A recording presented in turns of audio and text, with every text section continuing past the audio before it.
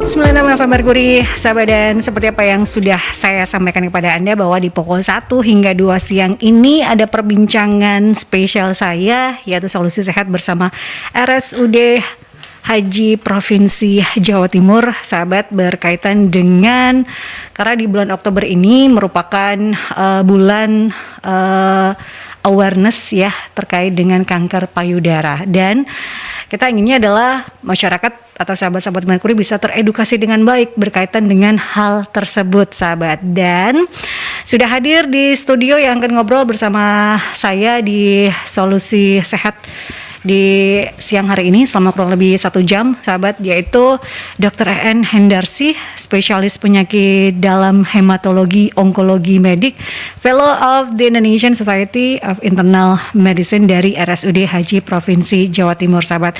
Selain ada Dr. En, ada juga Kak Laras yang merupakan tim promosi kesehatan RSUD Haji Provinsi Jawa Timur. Anda, sahabat, juga bisa bergabung untuk bertanya bersama dengan narasumber saya di studio di 5620096 atau di WhatsApp call dan WhatsApp Messenger di 08173096, sahabat.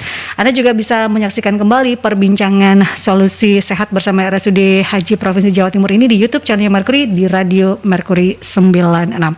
Saya langsung ke Dr. En. Apa kabar, Dok? Alhamdulillah. Terima kasih sudah menyempatkan hadir untuk bisa mengedukasi sahabat-sahabat Merkuri berkaitan dengan hal yang dekat dengan kaum perempuan. Tapi tidak kaum perempuan saja ya, Dok, kalau kita bicara tentang kanker payudara, apalagi di bulan awareness kanker payudara di bulan Oktober ini. Kegiatan-kegiatannya apa saja sih, Dok? Istilahnya kalau di bulan awareness kanker payudara ini yang biasa dilakukan, terutama dokter-dokter hematologi, onkologi, apa saja, Dok? Baik, terima kasih Mbak Yanti. Jadi kita tahu di bulan Oktober setiap tahunnya kita peringati sebagai Breast Cancer Awareness. Mungkin saya cerita terkait dengan tujuan awalnya adalah bahwasanya saat ini kanker payudara menjadi kanker yang nomor 1, baik itu di Indonesia maupun di dunia. Di sisi lain negara juga sama gitu ya, sehingga Badan Kesehatan itu melihat perlunya bahwasanya ini kita harus sosialisasikan adanya bahaya kanker payudara yang makin hari makin meningkat, sehingga kalau masyarakat itu paham, tentu mereka akan datang dalam kondisi awal, stadium awal, dan angka kesembuhan semakin baik. Nah, kegiatan-kegiatan yang dilakukan setiap tahunnya sebetulnya tujuannya kembali lagi untuk menyadarkan masyarakat luas bahwasannya ada sesuatu yang mengancam terhadap payudara kita, gitu ya, dimana kanker payudara ini makin hari makin meningkat. Jadi kegiatannya macam-macam, biasanya intinya dari itu, menyadarkan masyarakat untuk paham tentang kanker payudara dan kenali apakah saya terkena kanker payudara atau tidak, gitu ya. Beberapa waktu yang lalu, tahun berapa ya, kita pada saat itu sebelum pandemi pernah mengadakan jalan sehat untuk awareness kanker payudara ini. Jadi kita waktu itu berserta dengan, mohon maaf, masih Budi Karwo waktu itu, dengan memakai pinky kan, kalau kanker payudara itu pinky lapors gitu ya. Jadi berpinky sepanjang jalan dari Bungkul rasanya sampai ke Gerahadi, itu mensosialisasikan tentang kanker payudara. Tujuan utamanya adalah itu. Jadi kegiatannya macam-macam. Ada juga yang mengadakan webinar awam untuk mengenalkan kanker payudara ini, bahwasanya ayo kita sadari adanya ancaman terhadap masing-masing dari kita. Karena di beberapa negara itu ada yang 2 di antara 10 kejadiannya, kan cukup banyak. Iya, betul. Ya kan? Kalau di kita sendiri mungkin 20 di antara 100.000 kalau tidak salah di Indonesia sendiri. Jadi sangat dekat dengan kita. Gitu. Kalau kita tidak kenal, nanti datang dalam kondisi yang sudah lanjut. Padahal kanker payudara ini sebenarnya bisa diobati ya dok ya. Betul. Karena tapi dengan catatan bisa diobati, tapi dengan catatan kalau diketahuinya itu dini. Betul. Nah tapi orang Indonesia kalau belum ada gejala atau sakit aja itu rasanya tidak akan mau datang untuk mencari pertolongan dok. Itu yang juga Betul sekali harus Mbak Yanti. dibangun ya dok. Yang datang ke saya selalu bilangnya Kak sakit kok dok. Saya sudah tahu dari 5 bulan yang lalu tapi tidak sakit. Jadi datang sudah merah, sudah luka gitu. Jadi sudah nyeri gitu ya dok. Iya, jadi dikiranya kalau tidak sakit bukan masalah gitu. Padahal kalau payudara itu ada benjolan itu sudah masalah sendiri. Ya. Nah itu catatan ya sahabat. Payudara kalau sudah ada benjolan berarti sudah ada masalah. Bukan artinya nggak nyeri kok ya. Ngapain saya ke dokter gitu ya. Iya. Tapi kalau sudah ada benjolan berarti itu sudah bermasalah payudara Anda. Sekecil apapun itu ya dok ya. Betul. Ya. Itu yang harus digarisbawahi berkaitan dengan bulan peduli kanker ini sahabat. Karena kita pengennya adalah membangun awareness. Semakin dini Anda mengetahui kanker payudara maka semakin besar kesempatan Anda untuk bisa pulih seperti itu ya. Betul. Nah, kita menyamakan persepsi terlebih dahulu dok berkaitan dengan kanker payudara. Apa yang dikatakan atau kondisi seperti apa kanker payudara itu? Kanker payudara itu adalah jadi gini, sesuatu yang tumbuh di dalam bagian badan manusia itu adalah namanya tumor. Ya. Kalau tumor itu sifatnya ganas, kenapa dia bisa berubah sifat ganas? Karena mungkin ada perubahan mutasi, dia memperbanyak dirinya lebih cepat ya. Dan ganas itu namanya kanker. Kalau dia tumbuh di payudara namanya kanker payudara. Jadi kanker payudara itu adalah pertumbuhan sel yang tidak normal yang terjadi di payudara. Bisa itu berasal dari, jadi payudara itu kan banyak komponennya ya. Ada kelenjar air susu, ada saluran air susu, ada kelenjar pengikatnya, ada kelenjar getah beningnya. Nah, pokoknya berasal dari bagian dari payudara itu. Gitu itu yang dikatakan kanker payudara gitu ya dok. Apakah misalnya di semisal kanker payudara itu ada di jaringan ini bahu atau apa, itu apakah sudah menjalar artinya atau bagian dari kanker payudara dok? Oh nggih, baik. Jadi memang beberapa persen ada yang datang ke kita itu benjolannya di ketiak yang dominan. Ya. Jadi tumor ganas payudara atau kanker payudara itu kalau dia menyebar pertama kali dia ke kelenjar getah bening dulu yang ada di ketiak. Nah ada kanker payudara tertentu yang dia dominannya ke ketiak duluan. Tapi sebenarnya di payudaranya juga ada gitu, cuma kecil, cuma yang dominan di ketiaknya. Ada saya ketemu beberapa kasus seperti itu. Itu sudah penyebaran ke kelenjar. Gitu. Nah setelah ke ketiak dia ke bawah tulang belikat ya. Tulang belikat, atasnya tulang belikat itu sudah lebih lanjut lagi gitu kalau ke atas tulang belikat. Gitu. Jadi penyebaran pertamanya ketiak, terus bawah tulang belikat ke atas tulang belikat. Nah, itu kalau sudah seperti itu, nah pengobatannya akan lebih lama. Ya. Jadi membuat Anda lebih frustasi lagi. Nah, ini yang dibangun awareness, jangan sampai mengarah ke sana ya, Dok. Nah, penyebabnya apa sih, Dok? Kalau kita bicara tentang kanker payudara, penyebab utamanya atau faktor resiko dari kanker payudara ini? Jadi kalau secara general kanker itu kan penyebabnya multifaktor, tidak ada satupun faktor yang menyebabkan dia merubah sel yang normal yang harusnya dia tumbuh di atas relnya menjadi keluar dari relnya. Namun demikian ada faktor-faktor resiko yang menyebabkan sel normal ini berubah sifat gitu ya. Kalau di payudara sendiri yang pertama mungkin faktor genetik di mana yang berperan adalah gen BRCA, salah satu gen yang kalau dia mutasi dia akan menyebabkan kanker payudara ya. Yang kedua adanya fertilitas.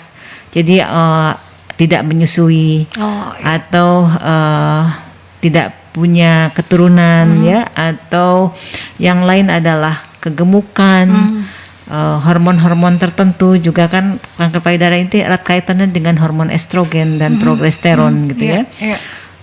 Yang lain juga yang bisa menjadi pemicu adalah minum alkohol, itu juga salah satunya bisa menjadi Gaya hidup faktor lah ya, Dok, resiko ya. ya. Gaya hidup. Nah, salah satunya Ya. adalah gaya hidup. Kurang bergerak itu juga menjadi faktor resiko ya, Dok ya.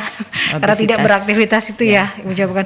Nah, kalau bicara tentang kanker payudara juga, apakah ada gejala yang khas sih, Dok, dari kanker payudara ini yang biasanya sering kali dikeluhkan dari pasien-pasien yang datang ke dokter EN? Ya.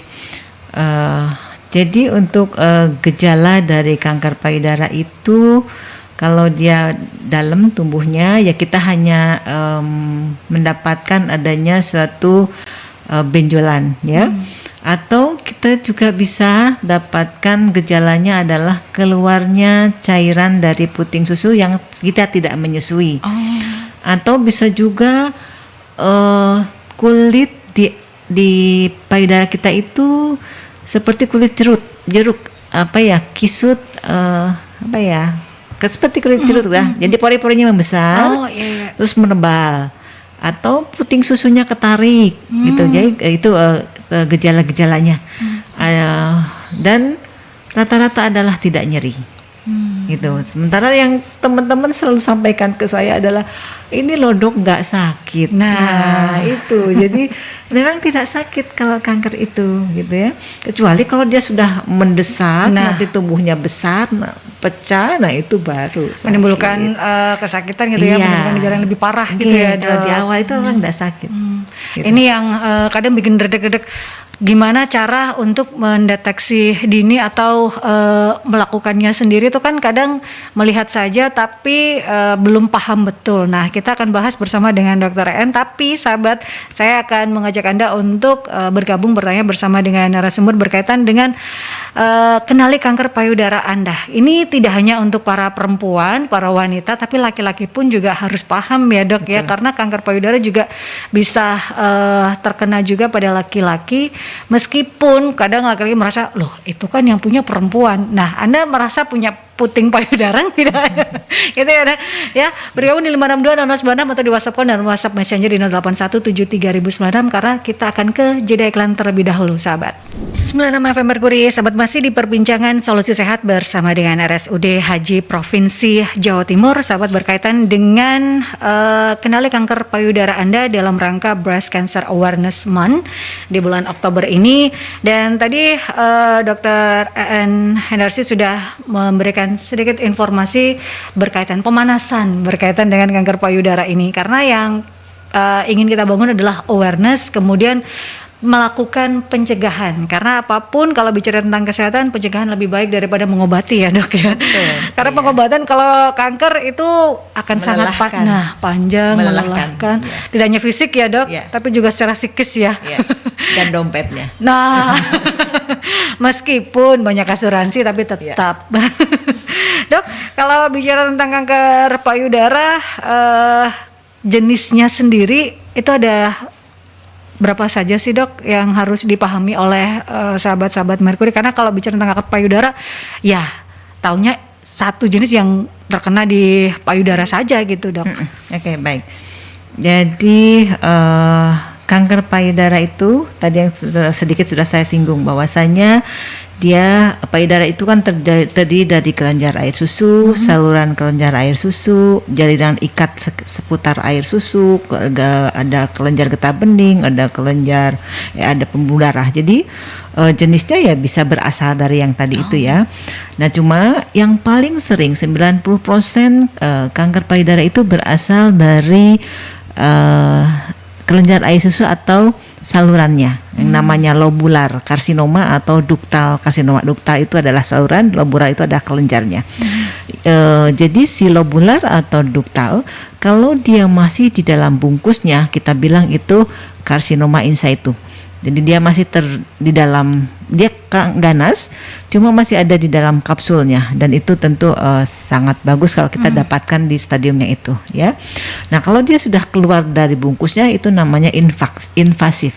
Invasif baik itu duktal kalau dia dari saluran, atau dia lobular kalau dari kelenjar air susu. Nah, itu salah satu jenis itu yang paling banyak.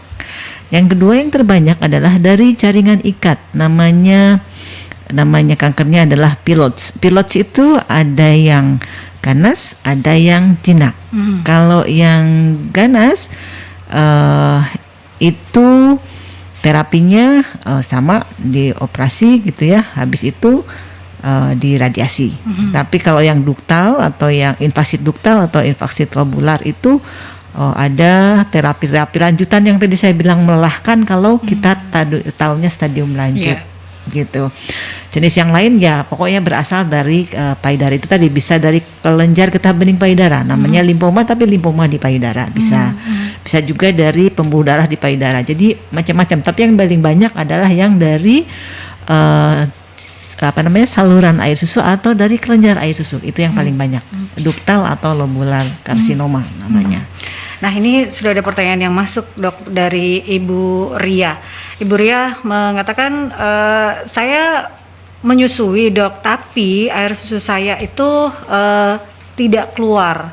Keluarnya hanya sebentar saja, hanya sekitar 3 bulan, Dok, untuk anak saya. Apakah saya bisa dikatakan beresiko untuk terkena kanker payudara? Jadi kan kalau umumnya menyusui itu sampai usia 2 tahun ya, disapih 2 tahun sesuai dengan hadis tentunya. Nah, prinsipnya adalah tatkala kita menyusui, hormon yang tinggi di dalam tubuh wanita adalah hormon prolaktin. Tidak lagi hormon estrogen atau progesteron. Jadi kita terkait lagi bicara hormon kalau di kanker payudara ini. Semakin sering, semakin lama kita kontak dengan estrogen atau progesteron, semakin tinggi resikonya.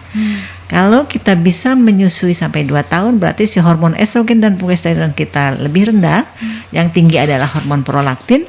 Resiko menyusui itu, resiko kanker itu menjadi menurun.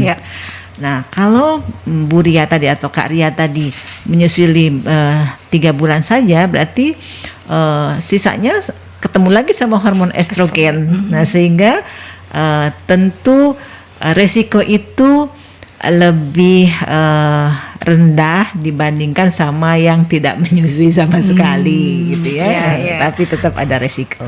Tapi tetap ada resiko, karena kalau bicara sel kanker semua memiliki ya, Dok ya, tinggal dia aktif atau tidak gitu ya. Karena orang sekarang itu semakin aware, tapi ketakutannya juga semakin tinggi. Jadi jangan terlalu stres juga. Yang terpenting adalah Anda bisa konsultasi dengan dokter berkaitan dengan kondisi Anda, itu yang terpenting. Dok, kalau bicara tentang siapa saja yang rentan kanker payudara, salah satunya tadi adalah yang terpapar lebih lama dengan estrogen. Karena ini berhubungan dengan hormon. Bagaimana dengan para pria, Dok? Seperti apa? Apakah juga beresiko terkena kanker payudara dan kondisinya seperti apa, Dok? Karena kan ini estrogennya juga tidak terlalu tinggi ya kalau pria gitu. Jadi 10% kanker payudara itu bisa terkena pada pria, gitu ya. Faktornya mungkin tidak terkait dengan hormon, tapi lebih ke arah gen, genetik tadi, mutasi di gen BRCA. Makanya salah satu indikasi untuk pemeriksaan gen itu kan itu bisa diperiksa di darah tuh, si BRCA itu. Jadi kalau kita pada keluarga ada yang kanker payudara pada laki-laki, mungkin sebaiknya garis keturunan itu diperiksakan si gen ini.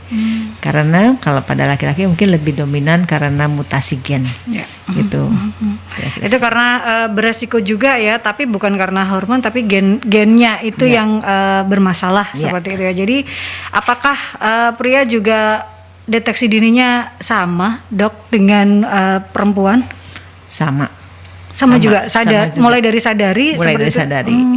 Cuma mungkin waktunya yang berbeda. Kalau wanita itu kan karena kalau wanita yang masih haid itu sadari itu harus dilakukan 7 sampai 10 hari setelah menstruasi terakhir. Kalau laki-laki kan tidak ada menstruasi.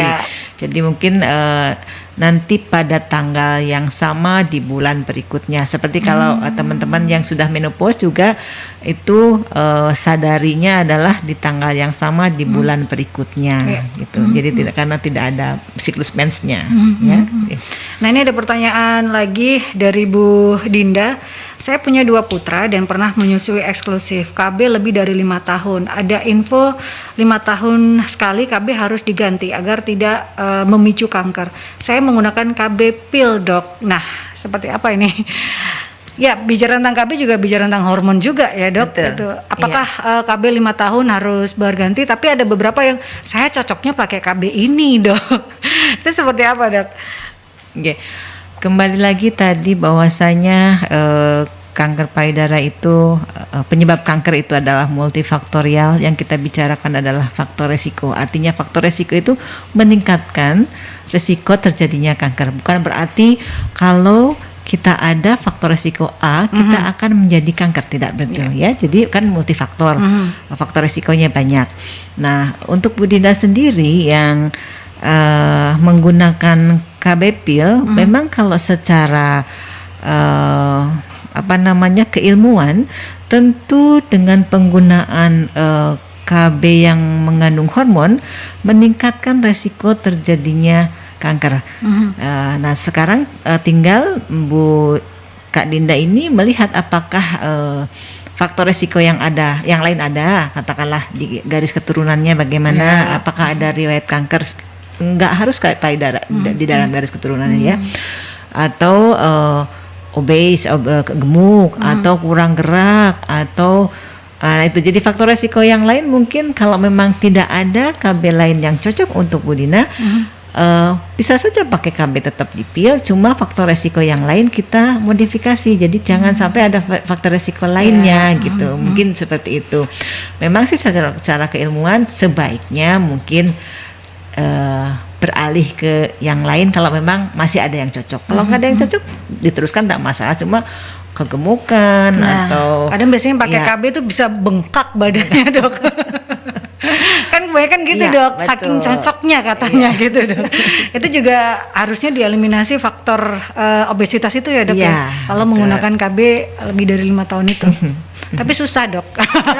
Karena kebanyakan pasti akan itu. Bukan begitu Kak Laras? Betul. Seperti itu. Nah, kini kita bicara tentang deteksi dini atau pencegahannya seperti apa yang bisa dilakukan atau apa saja, Dok, kalau bicara tentang pencegahan dan deteksi dini. Kalau di kanker payudara itu mungkin pencegahan primer agak dengan memodifikasi faktor resiko itu adalah pencegahan primer. Pencegahan sekunder adalah dengan deteksi dini, gitu ya. Deteksi dini itu ada 3 macam. Ada deteksi dini sendiri, namanya sadari.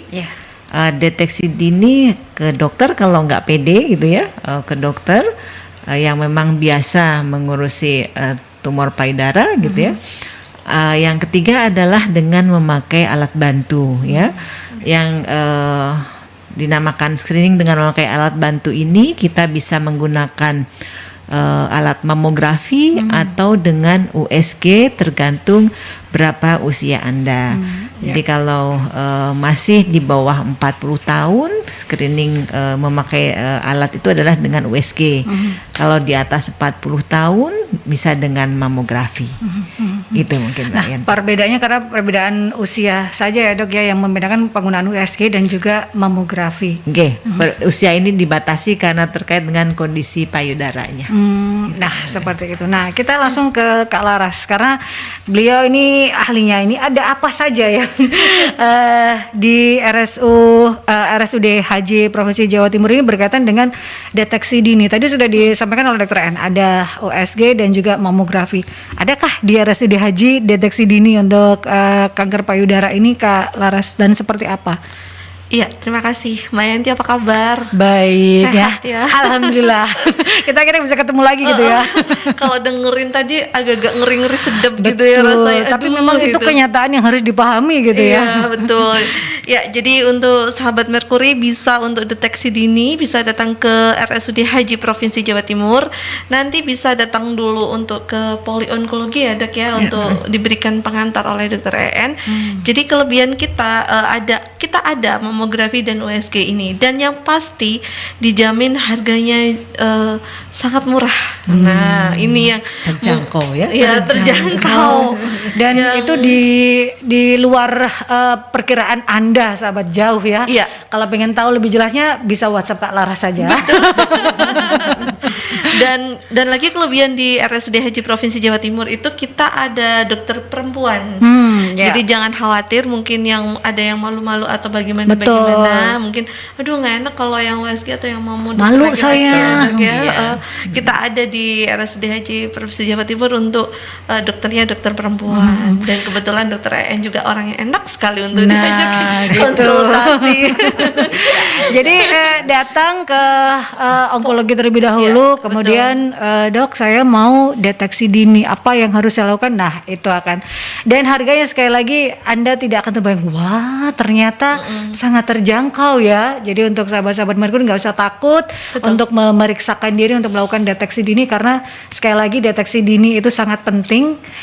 Kanker payudara ini bisa diobati, tapi kalau terdeteksinya itu dengan kondisi yang awal seperti Betul, itu. Jadi iya. sangat penting melakukan deteksi dini. Nah, ada apa lagi nih untuk USG seperti apa juga ada di RSUD Haji ya? Kak Ada Laras? semuanya ya, pastinya itu tadi untuk dalam rangka bulan peduli kanker payudara ini. Jadi untuk para mungkin yang ada rasa keluhan ya, Ya. ya Kak ya.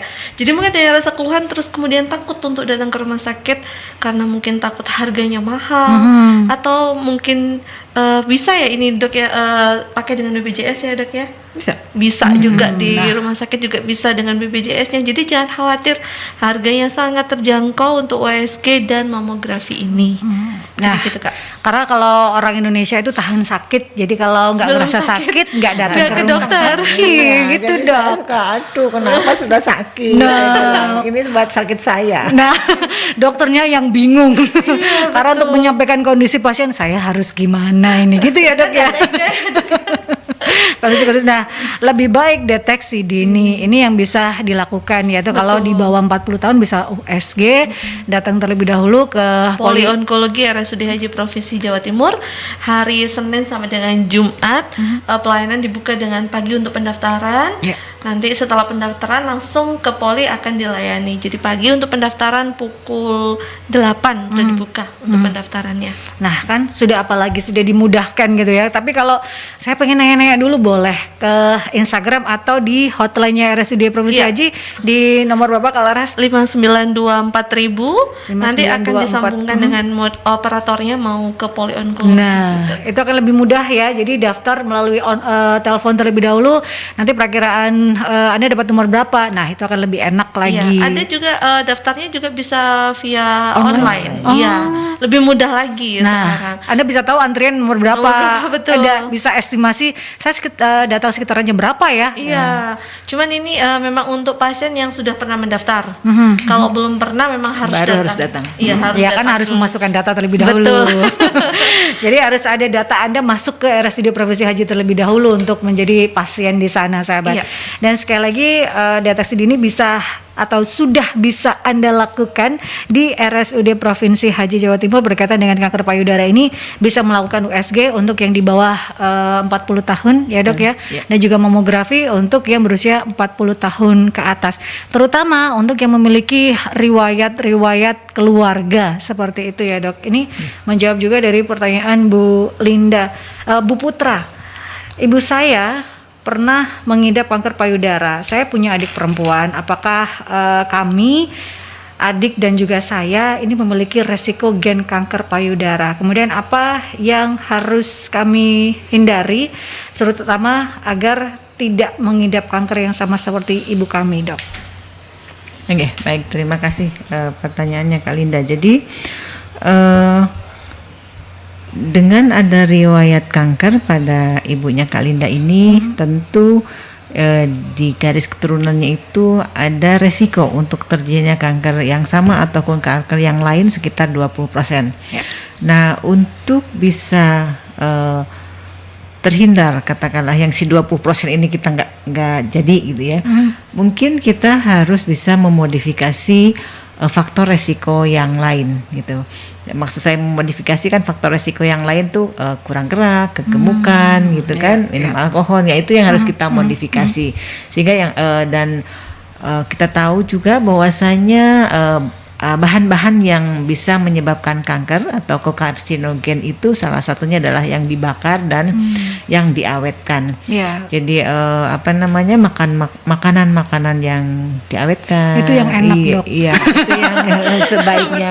Karena mungkin praktis, dihindari. Dok. Betul. Ibu-ibu zaman sekarang kan bekerja ya, menyiapkan sarapan yang cepat-cepat. Betul.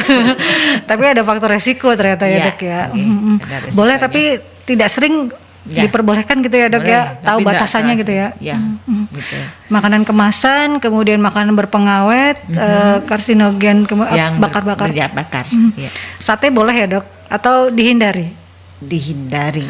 Sate kan dibakar. Jadi yang menyebabkan kanker itu kalau sudah confirm ya bahwasanya karbonnya yang kokarsinogen itu. Jadi yang hitam-hitamnya itu yang menjadi arangnya. Gitu.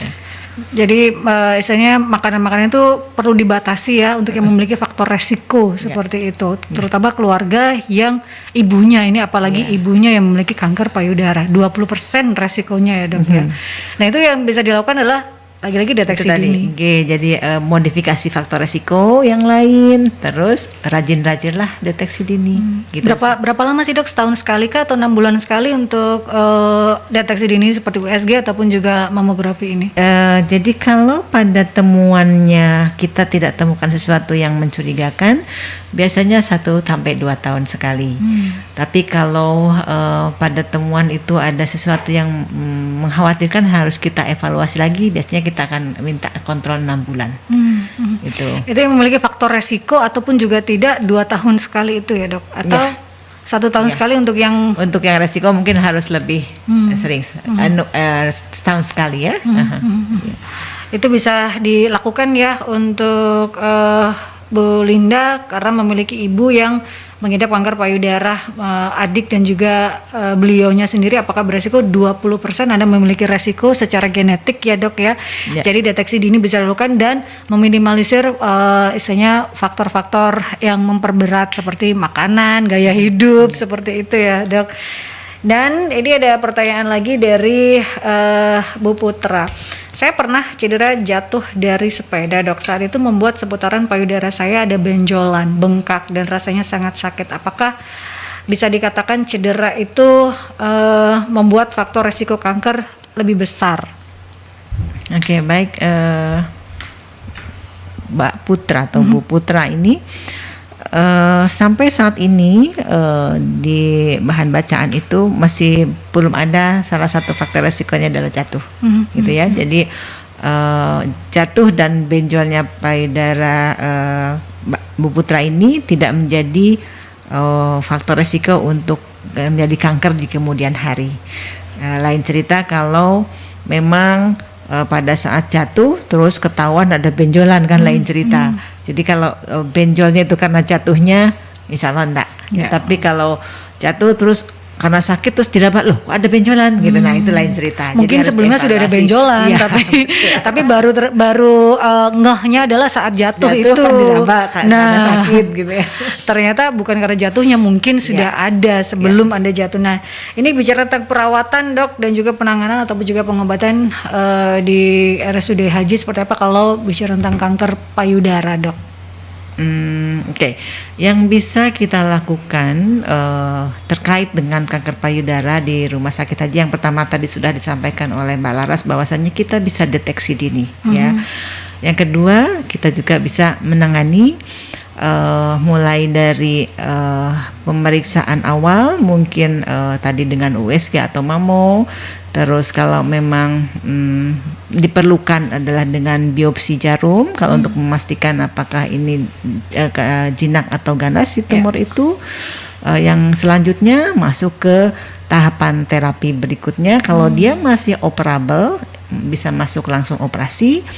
Kalau dia ganas dan tidak bisa operasi, kita bisa lakukan biopsi untuk mengetahui jenis sifat dari kanker payudara. Jadi kanker payudara itu sama-sama stadiumnya sifatnya beda-beda.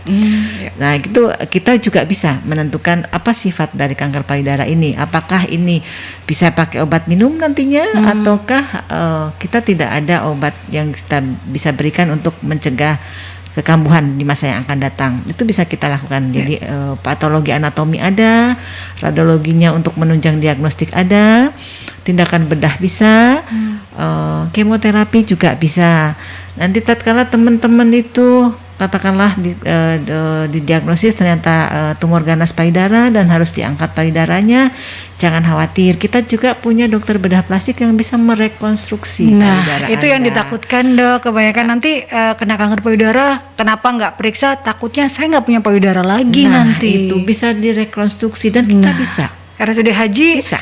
Nah, semuanya sudah lengkap ya, mulai deteksi dini, penanganan, pengobatan hingga rekonstruksi payudara gitu ya dok ya. Iya. Jadi lengkap ya Kak Laras ya. Iya, lengkap semuanya berarti bisa langsung bertanya di 5924000 atau bisa hadir langsung atau yang terbaru adakah yang bisa didatangi oleh sahabat-sahabat Merkuri? Nah, kebetulan ini memang ada yang terbaru. Jadi mungkin sahabat-sahabat Merkuri bisa lihat di YouTube kita kemarin juga ada podcast bareng dengan Dr. Dita, spesialis bedah plastik rekonstruksi. Jadi kita kemarin bahas tentang itu kanker Rekonstruksi payudara. Iya, jadi memang kita bahas khusus di situ. Nah, itu bisa disimak ini. Setelah pengobatan kanker akan direkonstruksi. Nggak pede gitu Iya, betul dong. Karena itu kan mempengaruhi kualitas hidup ya dok ya. Betul. Biar hidup lebih hidup. Nah, lebih hidup lagi, lebih semangat lagi gitu ya. Meskipun setelah terkena kanker payudara, jadi tetap bersemangat setelah pengobatan kanker payudara. Itu yang bikin ngedrop. Dan kenapa juga warga masyarakat enggan untuk memeriksakan diri atau deteksi dini? Takutnya itu. Saya takut nanti kalau saya terkena kanker payudara, saya nggak punya payudara. Nanti suami saya gini-gini. Nah itu dok, ketakutan-ketakutan sebetulnya itu dok. Gini ya Mbak Yanti. Jadi teknik operasi sekarang itu kan juga ada teknik lain, tidak hanya diangkat payudaranya, tapi kuncinya lagi kembali deteksi dini. Kalau tumor itu kurang dari 3 cm ukurannya, tidak perlu diangkat sama payudaranya. Gitu, cuma memang penanganannya setelah operasi harus sinar dan kemoterapi. Itu kesembuhannya sama dengan diangkat. Gitu. Kalau diangkat payudaranya tidak perlu radioterapi, mungkin dengan stadium awal itu. Tapi kalau tidak diangkat harus radioterapi. Itu aja. Jadi banyak kok teman-teman kita yang sudah melakukan namanya breast conserving surgery. Jadi dia dikonstruk breastnya agar tidak hilang begitu. Dan saat ini untuk bisa mencapai operasi breast conserving surgery itu bisa dengan kita kecilkan dulu dengan kemoterapi tumornya, nanti masuk di operasi itu sehingga si payudara masih ada gitu. Nah, jadi kuncinya lagi deteksi dini. Kalau awal tidak perlu diangkat gitu payudaranya kalau tumornya masih awal. Jadi itulah pentingnya deteksi dini, dan di bulan Oktober ini kita bangun supaya masyarakat lebih peduli dan lebih mau untuk melakukan deteksi dini. Baik itu USG, pertama sadari ya dok ya. Setelah sadari kok ada yang berbeda, baru datang untuk di bawah usia 40 tahun itu bisa USG. Atau kalau memang sudah merasa udah ada benjolan nih dok, nah langsung mamografi ya dok. Konsultasi ke konsultasi dokter dulu, jadi nanti biar disarankan dipilihkan yang terbaik untuk pasiennya Hmm. gitu. Kalau Anda sudah merasa wah sudah ada benjolan nih, langsung konsultasi ke dokter, ke rumah sakit RSUD Haji ya, sahabat, ke polionkologi.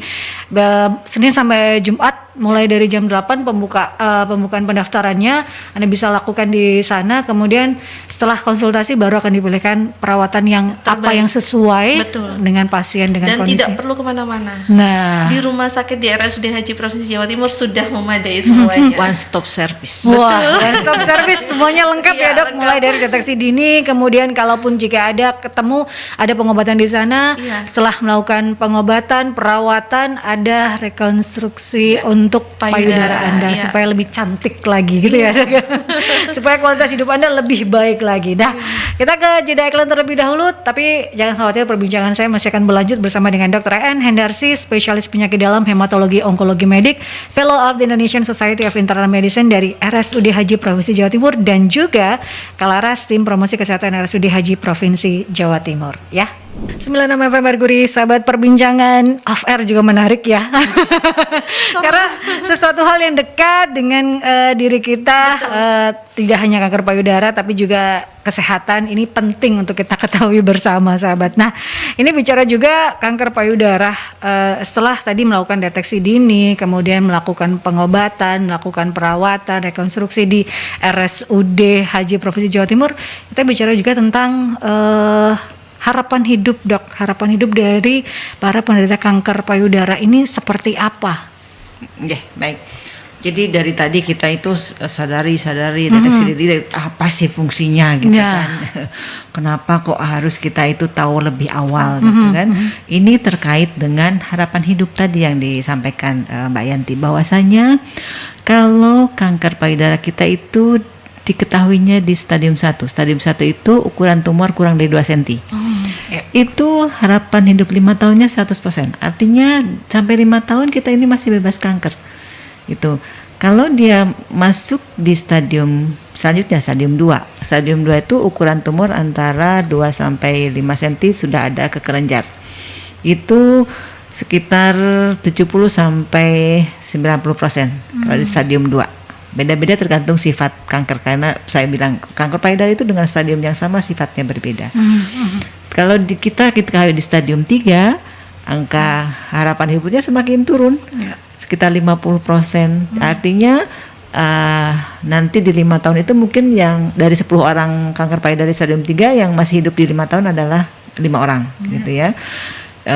Dan kalau diketahui di stadium 4 itu adalah stadium di mana sudah tumbuh kanker payudara tapi tidak lagi di payudara, ada di tempat lain, di organ lain. Itu adalah stadium 4 atau stadium metastatik.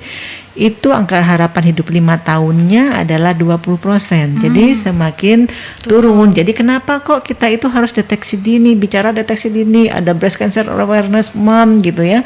Itu adalah fungsinya biar teman-teman yang memang ada kanker payudara itu diketahui secara awal, sehingga harapan hidupnya bisa lebih baik, lebih panjang gitu. Bahkan saya punya 2 pasien kanker payudara yang terjadi, yang satu di anak pertama dan sekarang sudah bisa punya anak kedua setelah menjalani pengobatan selesai. Yang paling aman itu saya waktu itu 5 tahun, kamu boleh deh hamil lagi, dan sekarang anaknya sudah besar ya. Jadi maksud saya kita itu jangan terlalu khawatir. Memang sih semuanya takdir ya, tapi usaha ini loh deteksi dini. Betul. Karena kita tahu di stadium awal kita itu angka kesembuhannya tinggi, bebas sakitnya, bebas kankernya itu panjang gitu. Kan segala pengobatan ini adalah ikhtiar kita sebagai manusia. Betul, ya, Dok ya. Iya. Kalau bicara sakit, dan ini sudah takdirnya. Iya, memang segala sakit itu takdir, tapi usaha kita untuk mau sembuh, untuk mau berusaha, ikhtiar kita seperti apa. Dan kembali lagi ke Yang Maha Kuasa, kalau melihat ikhtiar kita sudah luar biasa, siapa tahu kita diberikan kesembuhan meskipun sakitnya bisa dikatakan kanker. Orang dengar kata kanker saja sudah luar biasa takutnya gitu ya, Dok. Nah, ini setelah one stop service yang diberikan oleh RSUD Haji Provinsi Jawa Timur, ada hal yang kegiatan yang terbaru ya Kak Laras, isinya supaya mendekatkan dengan sahabat-sahabat Merkuri yang pengen bertanya. Ini bisa kemana, ada kegiatan apa dari RSUD Haji Provinsi Jawa Timur? Iya, betul. Terima kasih Kak Yanti. Jadi ini dalam rangka ulang tahun hari jadinya Pemprov. Jadi ada Jatim Fair di Grand City dari hari ini pembukaan oleh Bu Gubernur sampai dengan tanggal 13. Jadi kita ada booth RSUD Haji Provinsi Jawa Timur. Nanti sahabat Merkuri bisa datang di sana. Kami ada layanan gratis. Di antaranya adalah cek darah, gula darah dan kolesterol. Dan ada juga edukasi tentang cuci tangan ya, dan juga ada konsultasi psikologi dan juga konsultasi ahli gizi. dan juga ada pemeriksaan mata dengan alat portable, di sana juga ada gratis, dan konsultasi dokter umum. Nah, sahabat Merkuri bisa datang di boothnya RSUD Haji Provinsi Jawa Timur dari hari ini sampai dengan tanggal 13. Mulai jam buka Grand City sampai jam tutup Grand City ya, Betul. sahabat. Jadi kalau jadi kalau ke mall, misalnya Sabtu Minggu weekend itu biasanya kan ke mall mampir juga, bisa ada Anda bisa bertanya terkait dengan kesehatan atau bisa konsultasi, atau saya pengen mengetahui tentang pelayanan kanker payudara di Boleh, RSUD Haji di RSUD Provinsi Haji seperti apa ya di sana, apa yang bisa didapatkan oleh para pasien, kemudian deteksi dininya seperti apa, di situ juga akan ditampung Kita, ya. iya betul. Jadi kita juga mempromosikan medical check up. Kita punya unit baru medical check up itu dengan unit stroke center kemarin sudah dibahas. Jadi kali ini kan untuk deteksi dini juga masuk ke dalam medical check up juga. Jadi mau bertanya silakan, nanti akan ada petugas yang akan menjelaskan tentang hal ini. Begitu. One stop service yang diberikan oleh RSUD Haji Provinsi Jawa Timur untuk masyarakat Kota Surabaya, untuk sahabat-sahabat Merkuri tentunya ini bisa dimanfaatkan ya sebelum ya kita tidak pengen sakit, tapi mencegah lebih baik. Jadi melakukan deteksi dini, tidak harus sakit ke rumah sakit sahabat. Deteksi dini juga harus dilakukan di rumah sakit, mau kemana gitu ya, Dok ya. Deteksi dini ini adalah sekali lagi untuk memberikan harapan hidup lebih besar berkaitan dengan apalagi kanker payudara ini. Jadi tadi dokter mengatakan kalau stadium 1 lebih besar harapan hidup dari para pasien, kemudian stadium 2 pun akan lebih besar, tapi kalau sudah stadium 3 dan 4 harapan hidup itu akan lebih turun, jadi lebih baik diketahui lebih dini. Nah, kalau ada istilahnya keluarga yang memiliki pasien dengan kondisi kanker payudara, Dok, tapi susah sekali untuk diajak selain berobat ke dokter. Saran dokter seperti apa ini? Karena kan kalau bicara orang udah ini sudah takdirnya, iya memang udah takdirnya, tapi istilahnya rada-rada gampang-gampang susah ya, Dok. Banyak juga pasien seperti itu, Dok, di rumah sakit yang sudah ada deteksi, sudah tahu ada kanker payudara, tapi tidak mau untuk melanjutkan pengobatan atau tidak mau memeriksakan lebih lanjut, seperti apa, Dok? Ada memang ada beberapa yang waktu dia diketahui itu masih awal gitu kan, terus mungkin takut, mungkin juga ingin mencoba terapi lain, takut payudaranya hilang gitu, nanti datang lagi sudah stadium lanjut, itu ya enggak sedikit. Itu bikin dokter yang deg-degan gitu ya. Kok saya gemes gitu ya. Kalau aja ya itu, Dok. Iya. Nah, itulah fungsinya Breast Cancer Awareness Month itu. Jadi biar teman-teman yang masih takut-takut itu paham betul bahwasannya oh iya aku kanker payudara. Kalau aku diketahuinya stadium awal, harapan hidupku panjang loh gitu kan. Mungkin masih bisa bersama suami, bisa bersama anak lebih panjang gitu kan.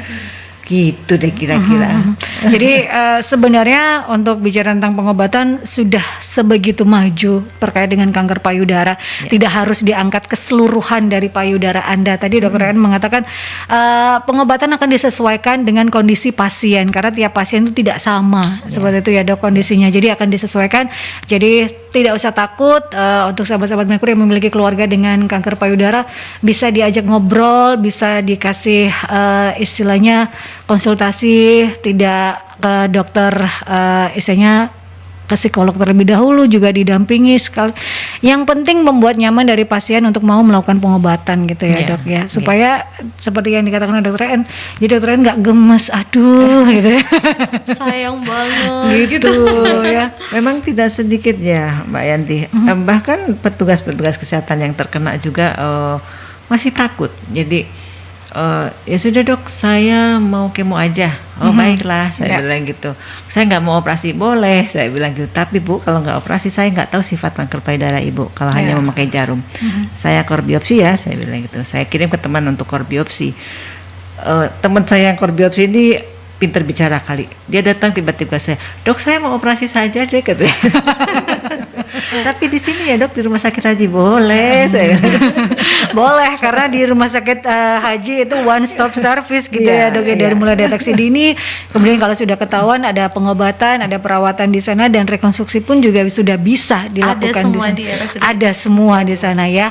Dan di medical check up pun juga bisa Anda lakukan di RSUD Haji. Semuanya sudah tersedia dan ini adalah layanan yang diberikan untuk masyarakat di Kota Surabaya dan juga Jawa Timur tentunya ya. Namanya juga RSUD Provinsi Jawa Timur. Kulitnya Jawa Timur. Nah, terakhir dok, berkaitan dengan breast cancer awareness ini, sebelum ke dokter EN, kita ke Kak Laras. Seperti apa yang ingin disampaikan closing statement di perbincangan kita dalam rangka breast cancer awareness, kendali kanker payudara Anda yang diberikan oleh RSUD Haji Provinsi Jawa Timur? Iya, sahabat Merkuri semuanya. Jadi kalau kita sudah misalkan kanker payudara ini kan sangat dekat dengan kita. Iya. Jadi kalau sudah merasa ada tanda-tanda sekiranya sadari tadi, silakan untuk datang ke poli onkologi, akan diberikan pasti yang terbaik oleh dokter di RSUD Haji Provinsi Jawa Timur. Untuk advisnya bisa nanti dengan namanya USG ataupun yang namanya mamografi ataupun apapun itu. Jadi jangan takut untuk berobat, jangan khawatir untuk datang ke rumah sakit haji, datang ke RSUD Haji Provinsi Jawa Timur. Kita akan memberikan pelayanan yang terbaik dan one stop service itu. Nah, itu sahabat ya. Anda bisa memanfaatkan segala informasi di 592 4000 atau ini yang terbaru dari tanggal 7 hingga 13 Oktober Anda bisa datang ke Grand City di boothnya RSUD Haji Provinsi Jawa Timur di Jatim Fair yang berlangsung di Grand City dari pukul 10 hingga 10 atau dari jam buka mall hingga jam tutup mall. Terakhir, Dr. EN Hendarsi, spesialis penyakit dalam hematologi onkologi medik, Fellow of the Indonesian Society of Internal Medicine, berkaitan dengan kanker payudara ini, apa dok yang ingin disampaikan? Pesan-pesan seperti apa yang ingin disampaikan untuk sahabat-sahabat Merkuri, dok? Yeah. Bahwasanya saat ini kanker payudara menduduki nomor 1 kejadiannya, baik itu di Indonesia maupun di dunia untuk wanita.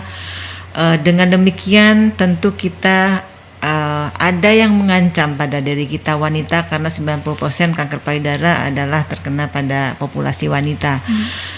Untuk itu mari kita sadarkan diri untuk bisa mendeteksi dini kanker ini. Mari kita hindari faktor-faktor resiko yang mungkin bisa kita modifikasi dari gaya hidup kita masing-masing. Mulai saat ini, mulai dari diri kita sendiri. Bila ada masalah, dengan tangan terbuka saya menunggu sahabat Merkuri untuk datang berkonsultasi baik dengan saya maupun dengan yang lain di Rumah Sakit Haji Provinsi Jawa Timur. Ya, terima kasih Dr. EN Hendarsi, sahabat spesialis penyakit dalam hematologi onkologi medik, Fellow of the Indonesian Society of Internal Medicine, sudah hadir, sudah memberikan kita edukasi, informasi seputar kanker payudara, dan tentunya ini sangat bermanfaat terutama di bulan awareness kanker payudara di bulan Oktober ini, karena kita inginnya adalah harapan hidup dari para penyintas kanker payudara ini lebih tinggi lagi ya dok ya, betul, ya. Supaya kualitas hidup juga lebih maksimal lagi untuk sahabat-sahabat Merkuri dan juga untuk masyarakat. Dan juga terima kasih untuk Kak Laras, tim promosi kesehatan RSUD Haji Provinsi Jawa Timur yang sudah memberikan layanan one stop service. Terima kasih Kak Yanti, semoga kita terus berjumpa ya. Amin ya, jangan bosan-bosan untuk bisa memberikan kita edukasi dan informasi apa saja yang terbaru dari RSUD Haji Provinsi Baik. Jawa Timur Siap. untuk memberikan pelayanan yang terbaik, one stop service-nya sahabat ya. Iya.